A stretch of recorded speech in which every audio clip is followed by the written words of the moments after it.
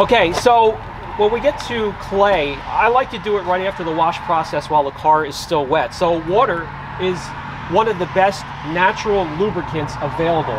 You can use a lubricant that comes along with a lot of the auto scrub systems and a lot of your clay bars. I just like to use water. I'll put this down and use the water that's on the car. That is really interesting to me, because I was always told that water just isn't enough. You can use the soap from your soapy water from the wash from before, and definitely a lubricant, but well, you are the master, so. Maybe not in all areas, but in this area, our water is so hard naturally that it's slick. Okay. And there's a lot of lubrication in there because our water is hard, so it's great for claying. That may not be the case if you have a system, a water softening system, and you have perfectly clean water coming out of there, then you may want to reach for some type of a lubricant that goes with it. But for the most part, just the car being wet is enough. That's terrific, thanks. So I normally, when I went around the car at first, I felt most of it in this area coming up around the wheel wells to the back, in the front where the bug splatter was, and in the back where everything sprays up around after. Yeah, so I'll just.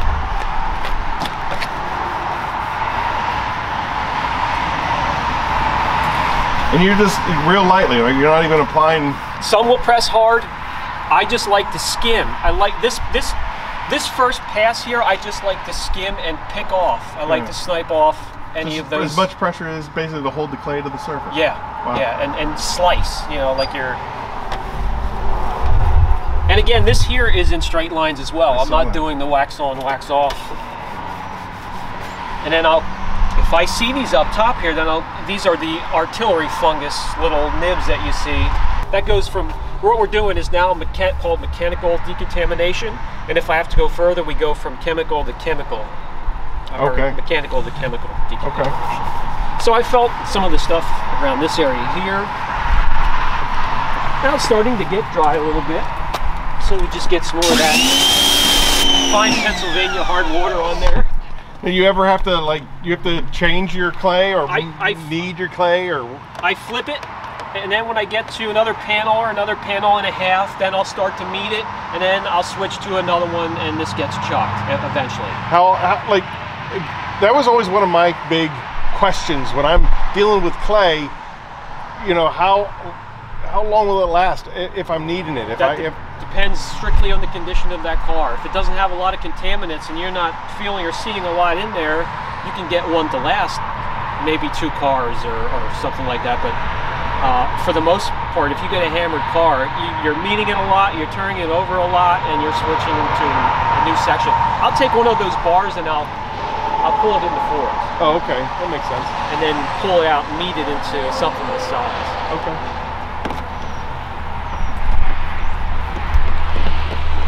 So what I'll do is I'll go around the car, and where I felt it before is where I'm going to go. I didn't feel anything on the hood.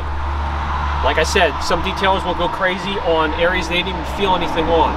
And they may want to go after some road film. That's fine. We'll do it chemically in there instead of mechanically, where you can put marring scratches into the vehicle. I didn't feel anything on the trunk either, and I probably wouldn't have felt anything under the hood, so we would have been done there. And all I do is rinse, and if it's a really bad car, I may rinse and then take my wash pads and solution and wash it again. But you want to keep those out because we're going to be washing the car one more time, and I'll show you why in this next segment. So the next step after claying for me here, and we sandwich this in between 2 active clay bar sessions on some really bad cars. This is Fireball Iron Burn.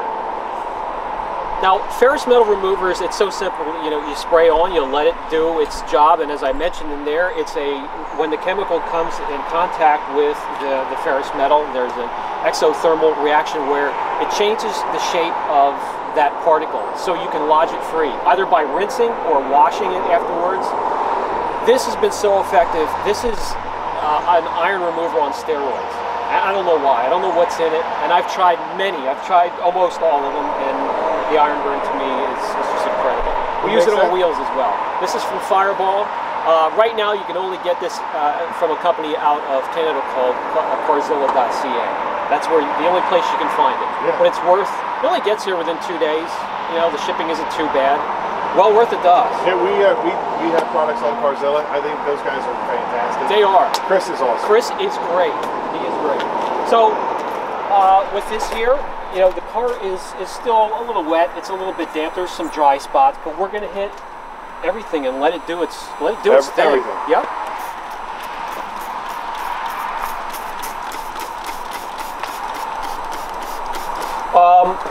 Let's go over something.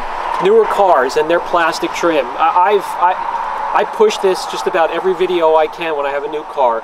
The plastic trim in new cars is becoming so thin, so cheesy. That's one thing you might want to start keeping iron removers away from, especially some of the pillars with their cheaper plastic on the A or the B pillars and on back. If they have a lot of the new cars with plastic trim down on the bottom there, you may want to keep it from running down. One way or another, keep it away from there because it can permanently stain and discolor if you're using too much or too long of the product.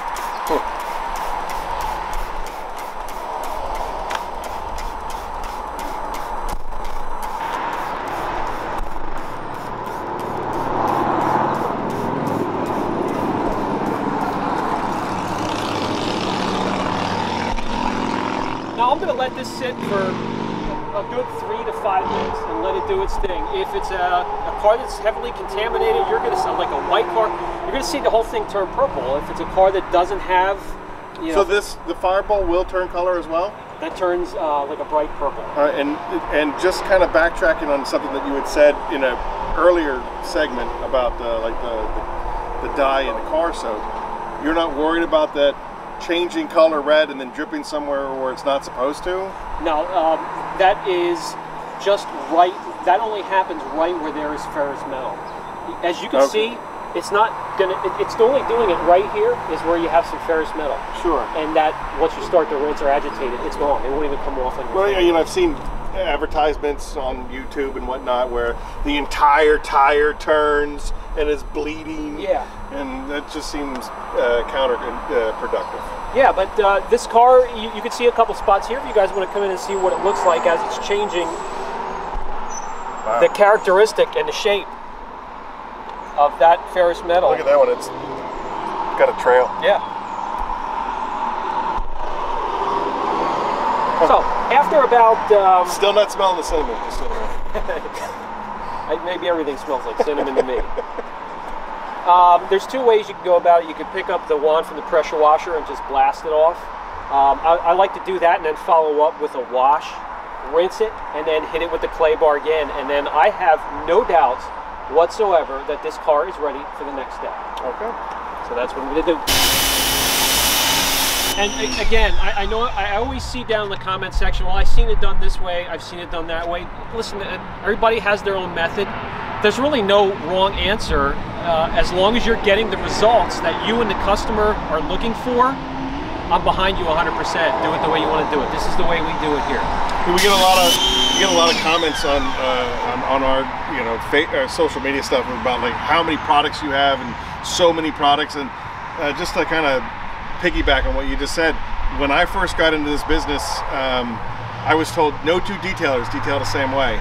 And for that reason, we try to have a bunch of different lines of, you know, even when it comes down to the compounds, I like it greasier, you know, wetter longer. I want a dry compound, you know. So I guess we get whatever works for you, and we're always trying to figure out what works best for you guys so that we can evolve to the next better product. Absolutely, and I understand you're starting a channel of your own. We're getting there. We're starting it. Our social media guys cracking them out. Different ways to reach out to you guys. So, and that's important because if you are then going to come out with a bunch of products like that, you have to be able to communicate what each one does and make it easy to understand for the user which one to grab then if you're going to have all of those. It is an excellent benefit for us to have all of those choices, you know. But you know, we can work together then to communicate as to which one to pick and pull off the shelf when and why. I think a good probably 3 of the products that we have out there right now are 100% inspired by you.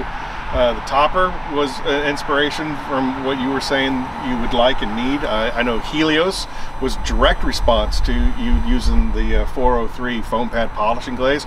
So yeah, I think that you know, one of our internal mottos has always been evolve or die, and you know, my job hopefully is to make it a little bit more user-friendly and accessible and educate, and you know, that's why we're here today, is just to kind of learn the process. Yeah, to take it way beyond me, the little guy here in this little shop. Those are just some products that I make work here, and that may not work for somebody else out there, that you may have to come up with an excellent product for them, and I'd be more than happy to show them how to work it. Here you go.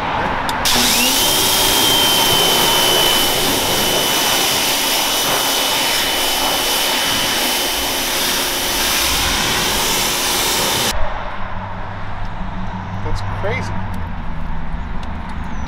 And I'll just make that off.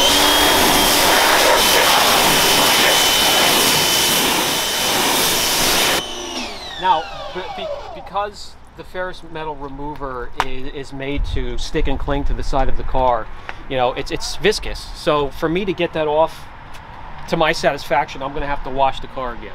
Okay. So that's what I'll do after that process.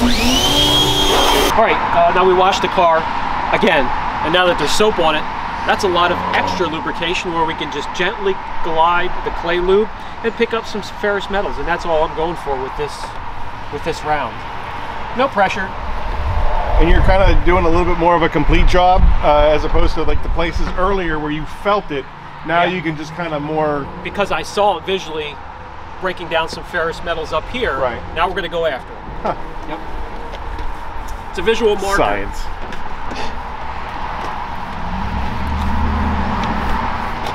And again, flipping it, and if I need to, I'll grab another one or two or clay bars. You know, we're still picking some stuff up.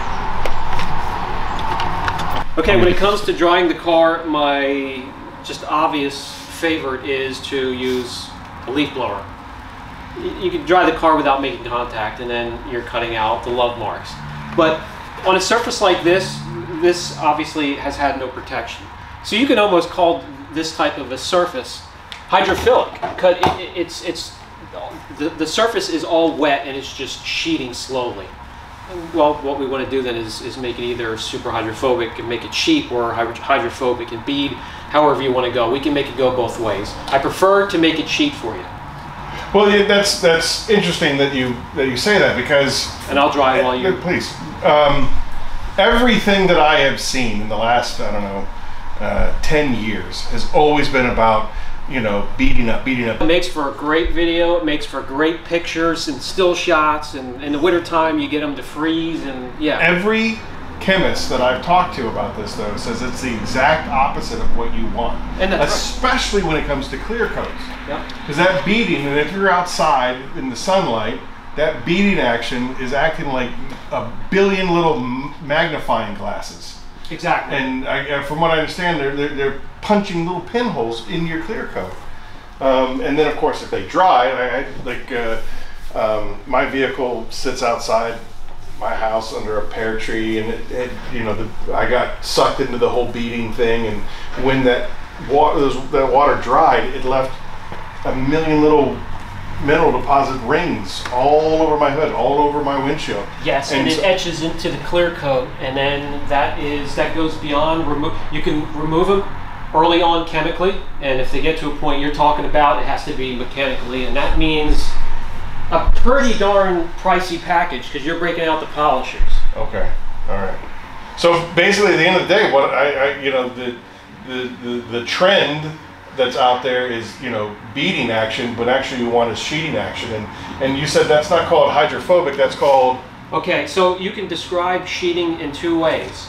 Hydrophilic is when the surface is taking in the water, absorbing it, and then shedding it. It'll shed it very slowly in a sheet. And you could also get it to do it making a surface super hydrophobic, where it's kind of on the borderline. It's rejecting water, and depending on how you rinse, you can get it to bead a little bit, but for the most part, it'll sheet really fast, and it will evacuate the water quickly. And that's what you want. That's what we want here. It's what I have in my personal cars, and I know the public has been resisting that forbidding for a long time, but I'm going to really start to push it, and I'm going to really start to educate my customers that do aftercare, my employees, all my friends out there, to start using products that sheet, because we want to get it to evacuate the water fast in a sheet and cut back on those water spots and the damage caused by the water spots. Just to, you know, save your vehicle's finish, you know, keep that money in your wallet, in your bank account, instead of having to fork out, which can be a considerable amount if your car is full of, you know, water spots that have etched into the clear. Oh, sure. But like I said, over the pandemic, when it was sitting for a lengthy period of time, I mean, there was millions of little mineral rings. You know, you go outside, you're like, oh, well, it's beating up, so the protection is still there. I got nothing to worry about. It's beating up. Yeah, Protection's still there. I got that's another reason, besides it looking cool. Another reason people are really hesitant to get away from that is because it's an easy way to tell that protection is there. But if you have a quality product that can sheet, you're going to know it. You're either going to come out and see the car after it's rained, you know, there's no water on it, or just maybe a couple spots here and there. Or if you're there while it's being wet, you'll see it, you know, sheet, gather, and run off in a, you know, a nice little, you know, river. But that is what I'm really trying to get people away from the beading aspect. Okay. Not a ton of products to pick from as of now. There are some old school ones still available and some coming on the market now. And stay tuned, because it's going to be... We're going to be working on that. Mark our words. We're going to be working on it. Brian, you're going to be our, you know, our guinea pig. Like absolutely. Always. Yep. Poly seal with? Yeah. Sheeting action. Sheeting. Yeah. Yes. Yeah. That's it. I'm not even joking. Okay. So right, that's trademarked. So all right. So we talked about the, and it's a quick way to dry the car. With the leaf blower when it beads like that. Just get yourself a quality drying towel, and if you have something that does a great job sheeting, you're just going to need to do a little dabbing here and there with a nice quality towel. It's edgeless, it's soft. You can get these anywhere. It doesn't matter. I'm not even going to mention the company's name, because it doesn't matter. You could find quality drying cloths in different sizes and different materials everywhere that are safe for your car. We have a mobile guy near our brick and mortar store that has stuff like that, and he had a car that was nice, and he draped it over there and he pulled it across, and it was in one. Oh yeah, that's how we do it. We do it like that. Super dry. Or we just do the dabbing technique where we're not even dragging it, and it'll pick up water. They do a fantastic job. The next step for us is going to be a panel prep. And why now? Because there could still be, even after all of these steps, a remnant of an old wax or a sealant, either by the customer or maybe the dealer that they bought it from. So what we want to do is hit it with a panel prep and make sure we removed all that. And a product that I grabbed that I know gets that done is going to be Built Amber Cleanser Fluid. This product is, it claims that it's not a solvent, but it really does act like it's solvent. It smells like a solvent. It, you know, let me spray that on the panel. It looks like a solvent. That's exactly how a solvent looks, but it's a water-based product. And it's really not hard on the surface of your vehicle. And I know you have some questions about that, so let me grab a microfiber. All right, so I'll do this while you're... That's great. So we get a lot of questions about panel prep. It's in all different stages of the process. Here you're doing it right after the clean and the decontamination process. Before you put down polishes and things of that nature. A lot of enthusiasts want to talk about, before they apply a ceramic coating or after a polish or a in glaze. Between steps of a correction. Exactly. Yeah. So the question is, why is it important for the panel prep? How strong of a panel prep? Obviously, you're not even using a solvent base. You're using a water-based panel prep. Like, I've even heard that the temperature will open up the pores of clear coat and things of that nature. Explain to me again the process. Why are we doing what we're doing? Well, it can be subjective. A car sitting out in the sun and you bring it inside, and if it's a black car, the temperature could be up to 150 to 270 to 175 degrees.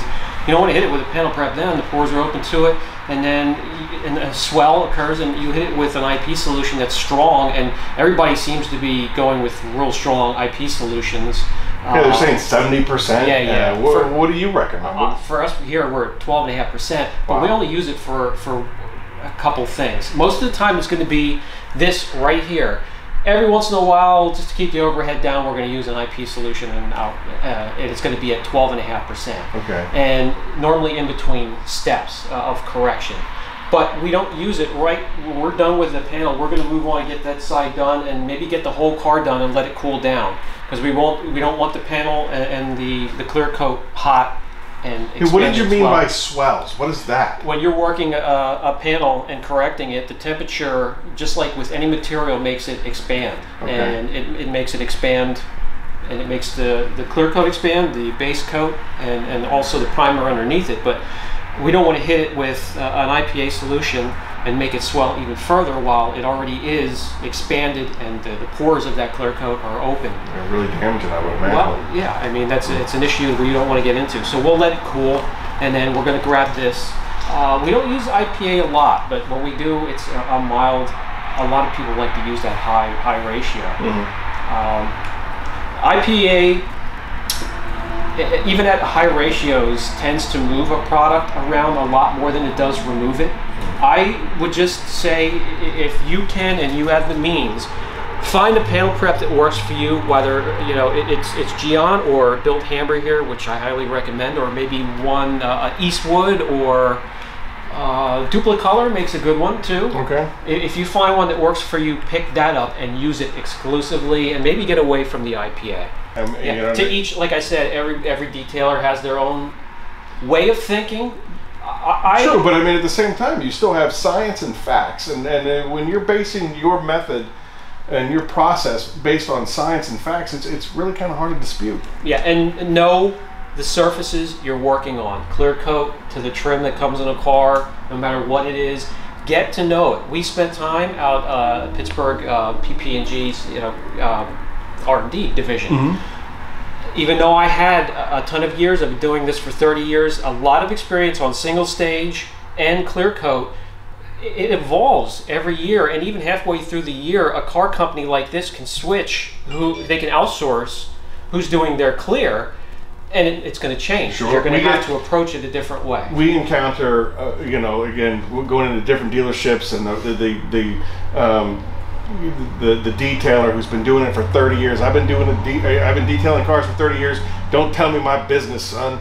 And you're just like, well, that's great, but in the last 5 years, exactly, the whole game has changed. The way that the manufacturers are applying paint, and the level of paint, and the base coat thickness and the clear coat thickness, it's all changed. And the softness and the hardness. You were telling me about Corvettes, where like I guess the paint on a Corvette is just crazy hard. Very stubborn. Versus one of the more European cars, it's got a softer, wetter paint. Yeah. So Asian cars have thinner, softer, and it's getting thinner and softer every year as we go through new EPA standards. Sure. We have to go through California here in the States, and that's getting rough, because it's getting softer, but then the manufacturers are spraying less and less of the material on the cars. So yeah, it doesn't matter if you've been detailing 10, 20, 30, 50 years. You have to approach each era of modern to classic to antique a different way. You have to approach a new car different from 5 years ago, 10 years ago. You have to approach that different from 20 years ago to single stage. So you're constantly learning. If you give up on learning, you're pretty much done in this industry, because this industry is changing so fast now with all the different types of chemicals and tools, and then what we're working on, what we get. It's a revolving door when it comes to education.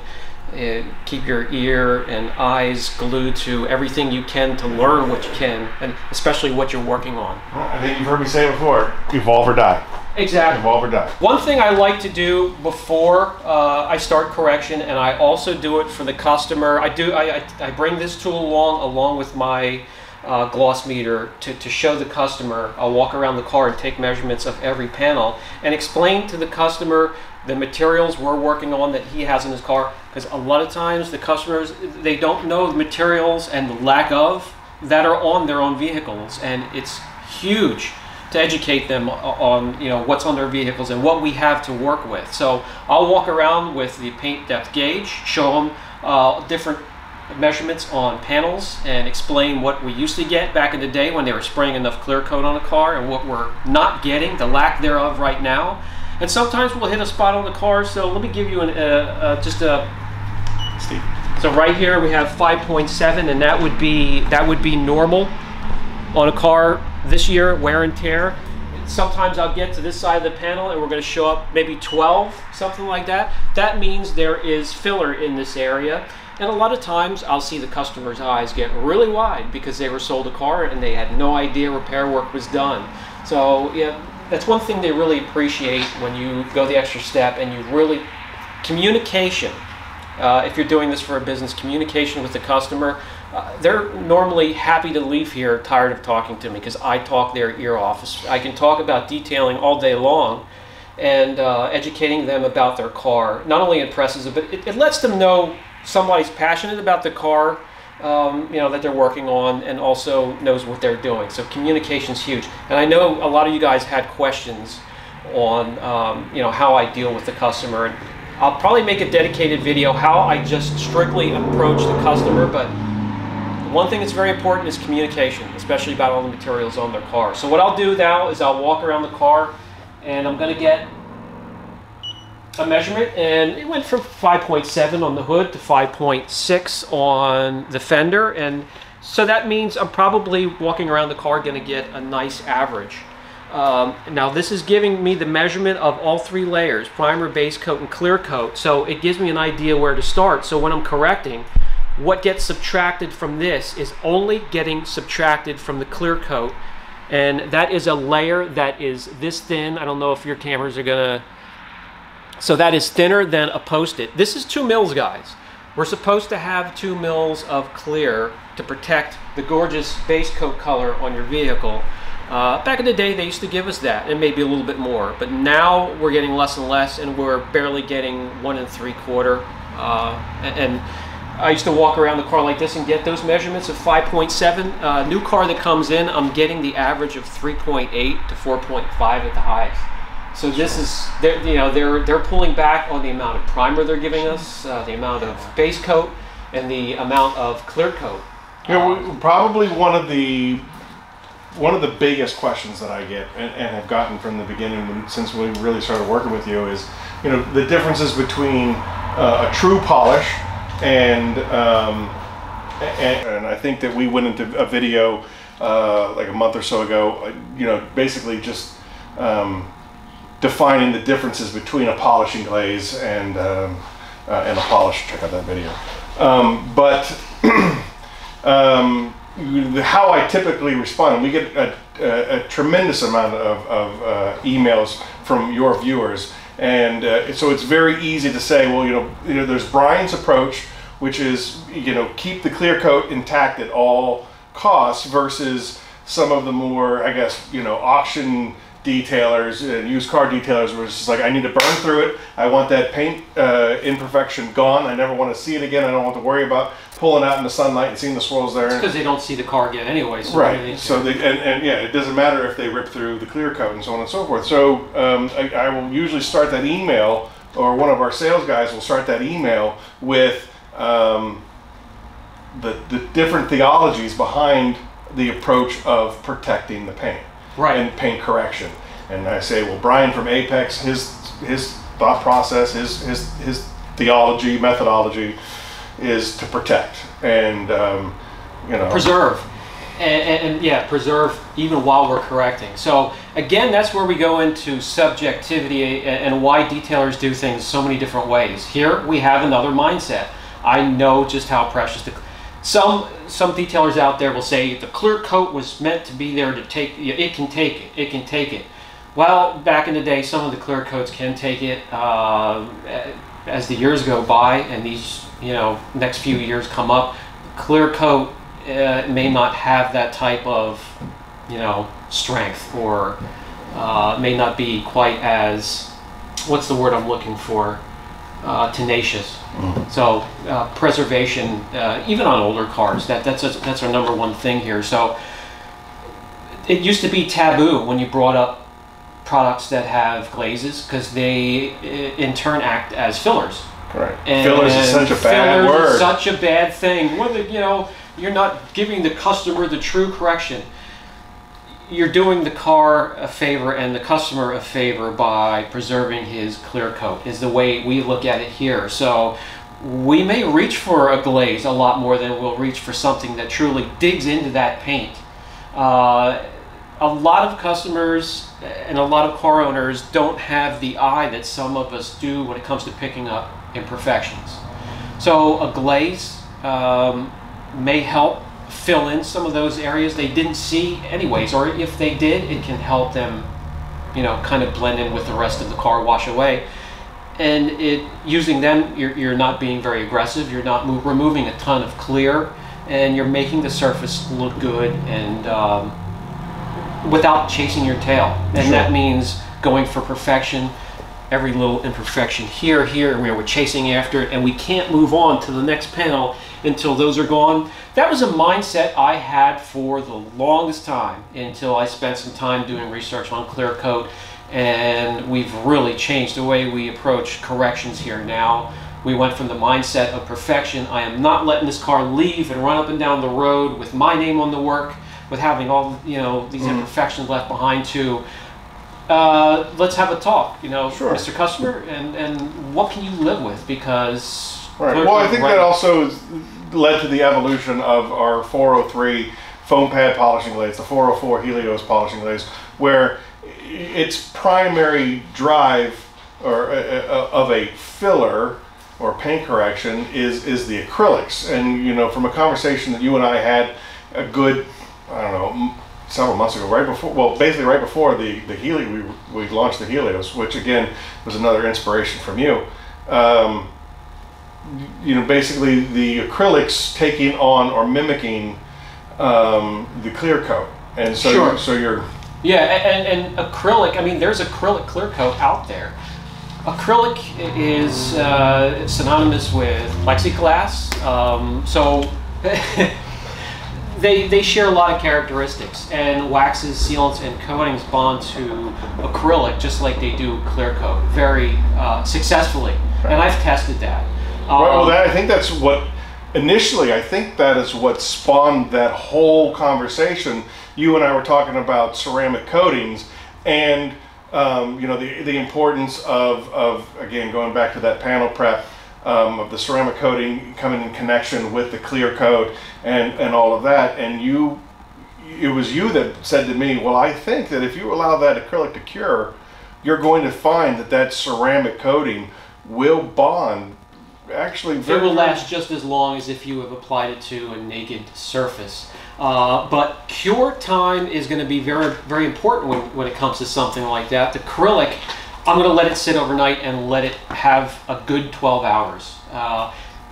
If you're an enthusiast and you're doing it at home, just set aside a weekend, if you can. Set aside a weekend, Saturday and Sunday, do your correction, and then as that last step, use the whatever product that has the acrylic in it, and then go do your thing and let it in the garage overnight, and the next day you can apply your protection, and that bond is going to be nice and strong. We've used the acrylic on single stage paint, where single stage is so porous and absorbent, it's hard to get a ceramic coating to look good because it'll absorb heavily that coating in one area and not another, so it could look a little staggered. So we'll do an acrylic on top of the single stage, and then if that customer wants a ceramic coating on a single stage, we'll put it on top of that crust of acrylic from a product like that. What does that mean, single stage? Single stage is, well, it could be many different types of paints they used back then, but it's on top of a primer which protects the metal. Back in the day, every car was made of hardcore metal, and they had a primer that protected that, and on top was your color coat. And they didn't have clear coat back then. They didn't come. Okay. Clear coat came into the picture in the late 80s and then worked through the 90s until most of the companies came and put a clear coat. Now there are cars, like there are Toyotas and Hondas that have a couple years in the 2000s where they went to a single stage again. So that's something you want to look into. Some of those models to have single stage. So on a single stage, you can use that product to form that crust on top, and then you could put some protection on top of that, and it'll bond very nicely because it really does mimic a clear coat very well, very closely. Wow, great. So Brian, it's basically based on all of that we were just talking about, protecting the clear coat, but you still have those swirl marks, the love marks, the tunnel washes and things of that nature. Yeah. How in the process, your process, which is why we're here today, is to figure out your process, how do you protect all that? And how do you fix it, but still protect it? Yeah, that's an excellent question. And since we get a lot of the newer cars now, we approach it one way, and that is getting around the car in one trip. And that's where choosing the right product and the right pad and the right polisher is paramount, because we have to get all those three together as a team to get around the car in just one trip, to cut those out, to finish. And then sometimes if we have a product that has protection in it, to get it protected. If they don't want a ceramic coat, we can pick out products with acrylic or a polymer cross-linking, protection. There's all types of products out there that have the protection in with the correction. So depending on what it is, worst case scenario, it's going to be a car. Like we just had a vehicle that only had 3,000 miles, but it was brought in here, it went through a tunnel wash almost every day.